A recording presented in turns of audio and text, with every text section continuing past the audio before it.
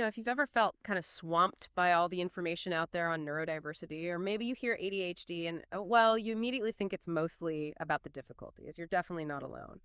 It seems like so often this particular way the brain works gets misunderstood. It gets framed as just a deficit, almost like something's wrong. But what we want to do today is really reframe that whole picture for you. We're going deep into the work of Dr. Edward Hallowell, drawing from the great sources you shared. He helps us see ADHD not as a flaw, but as this really unique brain wiring. We're going to uncover some surprising stuff, I think, and some really practical ways to look at it differently. That's right. And Hallowell's main idea is, well, it's pretty powerful. He sees ADHD much more like a spectrum of traits, not just a disorder. Think less like a broken machine and more like a race car engine. It's got incredible power, capable of amazing things, but maybe it needs, better brakes. And a driver who knows how to handle it. He really highlights the gifts. Things like huge creativity, that intense hyper-focus ability, real curiosity.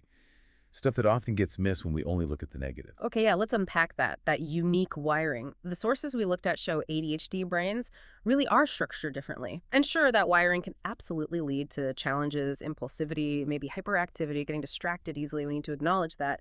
But it's also the source of some pretty significant gifts too, right? Like incredible energy, being fearless when you jump into something new, and this deep, deep commitment when someone with ADHD is truly engaged. And the fMRI studies, they've actually given us a window into this. So the ADHD brain uses two main networks. There's the task-positive network, the TPN, that's your zone for focused work. Yeah. And then there's the default mode network, the DMN, which is more for daydreaming, thinking about yourself, imagination. The key thing seems to be that for brains with ADHD, switching between these two, it's not always smooth. It's like getting stuck. So you might get locked into intense hyperfocus and find it hard to shift away. Or the opposite, get stuck in thought loops and find it hard to engage with a task. It affects things like planning, staying on track. Well, that makes a lot of sense. Yeah, we saw examples like a student who can pour hours into a creative project they love, just totally hyper-focused, but then really struggle with, say, routine homework because switching gears is the hard part. It's not about ability, it's the switching. Exactly. And we also saw how entrepreneurs with ADHD sometimes just knock it out of the park because they take these really bold risks that others wouldn't. That fearlessness becomes an asset. Right. And, you look back historically and tons of innovators, artists, they showed traits we'd probably recognize as ADHD today. Yeah, absolutely. There was that story about remember him from the sources. Schoolwork was a real battle for him, but put him in a filmmaking class. Suddenly that ADHD itch, that need for stimulation, for novelty, it became his superpower. He made these award-winning short films.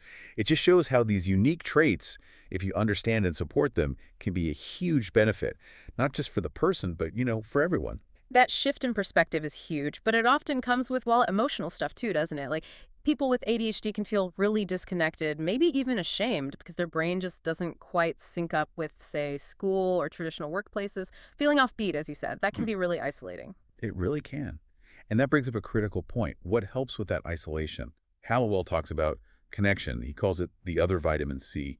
Having loving, supportive relationships is just crucial. It lowers fear, it reduces shame, and that actually opens up the brain for learning, for feeling okay emotionally, for paying attention. It builds this kind of inner safety net. We saw that so clearly with Samuel, the young boy in the material. His mom, Lily, she intentionally made connection a priority, like daily hugs, reading together at bedtime. It wasn't just being nice, it was structured love, predictable, intentional affection and support. And that made him feel safe, validated. It helped him thrive. And it's important to remember, connection isn't just family, it's friends, it's community groups, it's even pets sometimes. All of that builds this sense of belonging. And when you have that solid emotional foundation, it frees you up to focus on your strengths instead of just worrying about the things you find hard. Yeah, think about it. If a kid's always getting punished for being disruptive, they might just withdraw, right? Making that disconnect even worse. But that structured love approach, it flips the script. Same for adults in workplaces. Finding supportive colleagues or mentors can make a world of difference. Like Hank, remember him? He talked about being stuck in these anxiety loops. Ah, yes, those repetitive negative thoughts. Right, which ADHD brains can find really hard to break out of. But he learned this simple trick from the sources: just switch to a physical task, like doing the dishes. It activates a different part of the brain, interrupts the loop. Pretty clever. It is. Simple but effective. So, okay, connection creates safety, but then there's finding your passion. That sounds like putting the right fuel in that race car engine, finding the perfect track for it. That's a great way to put it. Because ADHD minds, they're just not wired for boring, routine stuff, low stimulation. Put them there, and yeah, you get boredom, frustration, underperformance. But challenge them, engage them in something they genuinely care about. That's when they really come alive. Absolutely. Channeling that passion just unlocks so much productivity, so much creativity. For kids, maybe it's playing an instrument or coding or getting hands-on with science. When they're interested, their whole demeanor can change in the classroom. Teachers see it all the time, attention, participation, it just skyrockets. Mhm. And for adults, finding work that aligns with what you love makes it feel less like a grind and more like, well, something you actually want to focus on. Engagement goes way up. It's really noticeable how often that creative spark or entrepreneurial drive shows up with ADHD, isn't it? It is. So activities like problem solving, art, strategy, they seem like a natural fit. They draw people in, and that's where that race car energy can really shine. Totally. Like Alan from The Material, he tried a bunch of side hustles kind of bouncing around Mhm. until he landed on adventure travel. Suddenly, that restlessness, that energy became his biggest asset. He built a whole successful career around content creation for it. It's like, a kid who loves video games maybe finds their path in game design. Or the kid fidgeting in math class suddenly aces the science fair project because it's hands-on and engaging. It's finding the right outlet. Which leads us right into the environment, doesn't it? The sources really hammered home how much the setting matters, whether those ADHD traits become strengths or obstacles. Thinking back to Samuel again, his home life improved so much when his mom focused on warmth, kindness, believing in him. It became like a safe harbor, a pit stop for his brain, like you said. Exactly right. And transforming environments also means structure. Things like daily schedules, to-do lists. Now, they might feel kind of hard at first because the ADHD brain can resist rigidity, but ultimately, they bring calm, they bring clarity, they reduce that mental effort of trying to keep everything organized internally. Yeah, less mental juggling. Right. And clear expectations plus positive feedback at home, at school, at work, that helps too. It builds motivation. And even simple physical tweaks to your space can make a huge difference, like reducing clutter, maybe noise-canceling headphones, building in breaks. We heard about Anna, remember? Struggling at work. Ah, yes, the color-coded boards. Exactly. She reorganized her whole workspace, color-coded tasks, the headphones, scheduled breaks. Suddenly, everything felt more manageable. Her focus improved because her environment supported her brain instead of fighting against it. And the key really is consistency with these things. It builds that foundation. So ADHD becomes something that elevates your strengths, doesn't hold you back. We saw Samuel improve in class once his mom worked with the teachers on strategies like movement breaks and clearer instructions. And adults thrive using tools like digital calendars, reminders. It's about finding that external structure that works for you. Okay, so we've got connection, passion, environment. What about the absolute basics, like the fuel for the engine, diet, sleep?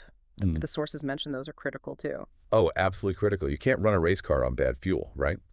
Poor diet, not enough sleep. They definitely make the struggles worse for an ADHD brain. How so, specifically? Well, for diet, think about processed foods. Lots of sugar, they cause these energy spikes and crashes. And for an ADHD brain, that can really mess with dopamine regulation, making focus harder, maybe increasing impulsivity. Switching to more whole foods, limiting sugar, it helps keep energy levels more stable. And sleep? Sleep is huge. That FOMO, fear of missing out, can keep people with ADHD scrolling or busy way too late. Their brains have trouble switching off. Right. So establishing a solid wind-down routine, like shutting down screens an hour before bed, that's vital for sleep quality. And good sleep helps regulate all those brain chemicals needed for focus and mood the next day. Makes total sense. We saw examples, didn't we? Like the kid whose attention got better after switching from sugary cereal to oatmeal? Yep, stable energy release. Yeah. Or how scrolling late directly led to a tougher morning, less focus. Even just drinking water instead of sugary drinks at work helped reduce restlessness. Simple stuff, but it adds up. It really does. It's foundational. And then there's exercise. You mentioned the race car needing breaks earlier. Exercise sounds like it's key for building that self-regulation, those breaks. Absolutely essential. Yeah. The sources were really clear on this. Exercise gives you that natural dopamine boost, which is fantastic for focus. Plus, it helps with emotional regulation. It's like a tune-up for the ADHD brain. And there was something specific about balance activities. Yes, that was fascinating. Activities that challenge your balance, they actually improve the cerebellum. That's the part of the brain involved in motor control, but also emotional regulation and making quick decisions. Samuel, the boy we keep mentioning, he did things like standing on one leg with his eyes closed or putting on socks standing up. Huh, seems simple. Simple but powerful. Over time, those exercises helped rewire his brain pathways for better self-control, better focus in school. It strengthened that internal regulation system. So it's not just about burning off excess energy, it's actually building brain capacity. Exactly. It's strengthening those brakes. Things like sports, yoga, martial arts, they build discipline too, alongside the physical stuff. Right. And remember that school that used mini trampoline breaks? Oh, yeah, the hyperactive kid who suddenly started finishing his work. That's the one. That little burst of exercise helped him reset, regulate, and focus. It worked in real time. So exercise is kind of a quick fix too when focus starts dipping. It can be, yes. A quick walk, some jumping jacks, it gives you that immediate dopamine hit. It should definitely be part of the regular toolkit for managing ADHD. Maybe a jog before a tough work day to get the brain ready. It feels like a lot to manage, though. It sounds like trying to do all this alone would be incredibly hard. Oh, for sure. That's why the sources emphasize ADHD doesn't have to be a solo journey. Actually, it often thrives in isolation when people feel misunderstood and withdraw. So sharing the load is important. Talking to family, friends, maybe professionals. Yeah. Absolutely. Breaking that silence, finding support, whether it's therapy, coaching, joining an ADHD group, online or in person, it makes a huge difference. You get understanding, resources, strategies. Especially for adults, coaching or mentorship can be amazing for navigating work or social situations, providing that bit of external accountability and guidance. And even just letting people in, right? Yeah. Letting family or friends understand what you're going through. That builds trust, fights that feeling of being disconnected. Exactly. And friends can even help with practical stuff, like being an accountability buddy for tasks you tend to put off. It really drives home that point from Samuel's story and the other sources. There's no single magic bullet here. Yep. Even if medication is helpful for some, these holistic approaches, connection, passion, environment, exercise, structure, they're all essential pieces of the puzzle. Right. It's about managing this unique brain wiring across your whole life, adapting strategies as you go, Yeah. and always leaning into the strengths. And for adults, it sounds like a big part of it is shifting that self-perception, moving away from any shame or feeling less than. Oh, massively important. Reframing your view of yourself from seeing flaws to celebrating your unique way of thinking, that rebuilds self-esteem. And just committing to lifelong learning about how your brain works reinforces the value you bring. Remember that mid-career professional in the sources? The one who started medication later on. Yeah. Things got tough. She sought help, found the right support, including medication, and she got back on track, thriving again. It shows management strategies can evolve, and it's never too late.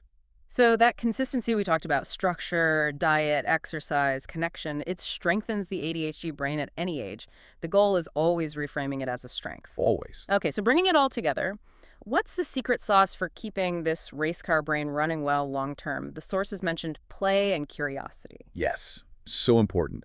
ADHD brains need stimulation, they need novelty. Play and curiosity prevent stagnation. They inject fun, they naturally boost dopamine, and they channel that energy in positive ways. So rigid routines without any joy can actually backfire. Totally. It can smother those unique ADHD strengths.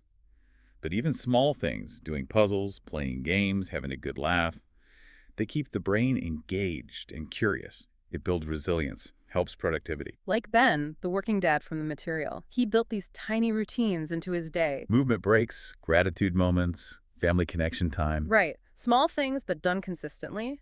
And over time, his distractibility went down. He felt more grounded. It shows the power of those small, consistent shifts. Mm-hmm.